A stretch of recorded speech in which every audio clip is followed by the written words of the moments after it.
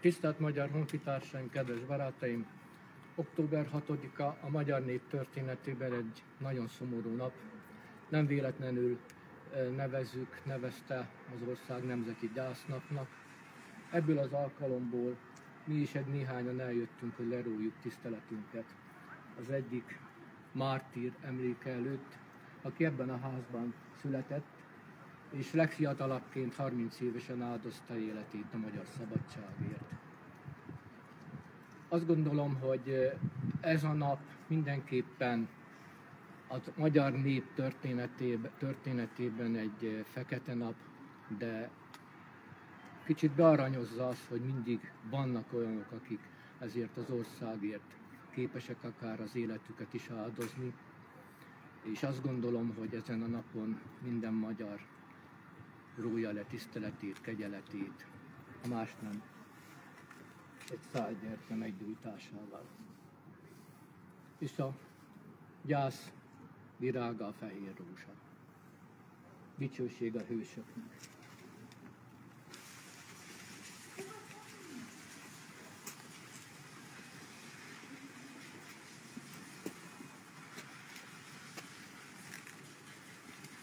Kedves magyarok a nagyvilágban, kedves barátaink, szomorú apropóból, de valahogy mégis pozitív gondolatokkal is érkeztünk ide erre a helyszínre.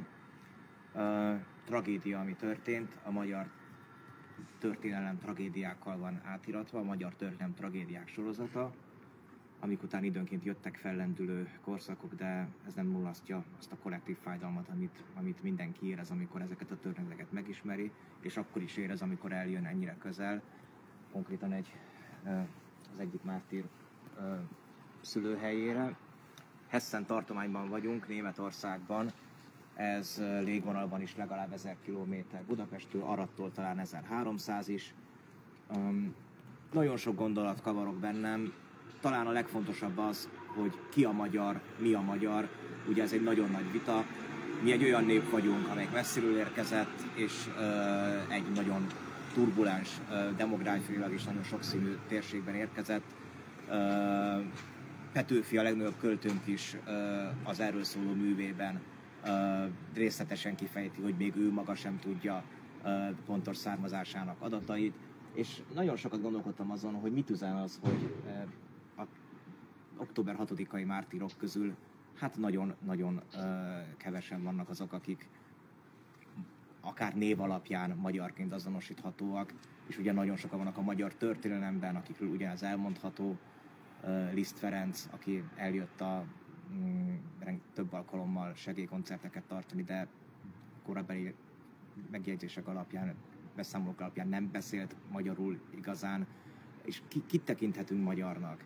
És azt gondolom, hogy a legkézenfekvőbb mintát ezek a hősök adták meg, akik a magyarok sorsával azonosulni tudnak, és akik a magyarok érzéseivel azonosulni tudnak. Őket tekintsük szerintem magyaroknak, mindentől függetlenül, mert ez a fajta szolidaritás, a nemzet érdekeivel való egyezés, ez mindent felülír. Nem célunk bármiféle politikai párhuzamot vonni, hiszen ez mindenféle pártpolitikai és hatalompolitikai dimenzió fölött áll, de mindig fölmerül az, hogy mi a jó kormányzás, mi a rossz kormányzás. Amióta kormányok vannak, meg uralkodók, ez mindig kérdés. A gazdasági prosperitás, rossz időszakokban nem lehet jó mutatókat produkálni. A béke, ha háború van, abból általában nehéz kimaradni. Mi akkor a jó kormányzás? És azt gondolom, hogy ezeknek a hősöknek a története megmutatja azt, hogy a jó kormányzás az, amikor a nemzet érdekeivel szolidáris és azonosulni képes egy hatalom. Amikor a hatalmát alázattal viseli, amikor a hatalmát felelősségtudattal viseli, és érti az emberek mindennapjait, az emberek baját, az emberek kívánságait. Ez a 13 hősünk pontosan értette, hogy a magyarok mire vágytak, életét adta ezért az eszméért, és kiváltság, hogy ma itt lehetünk, és legalább így sok év távlatából mi is leróhatjuk kegyeletünket, képviselve titeket is, akik most nem tudtak itt lenni, lélekben együtt vagyunk. Köszönjük, hogy nézitek a közvetítést.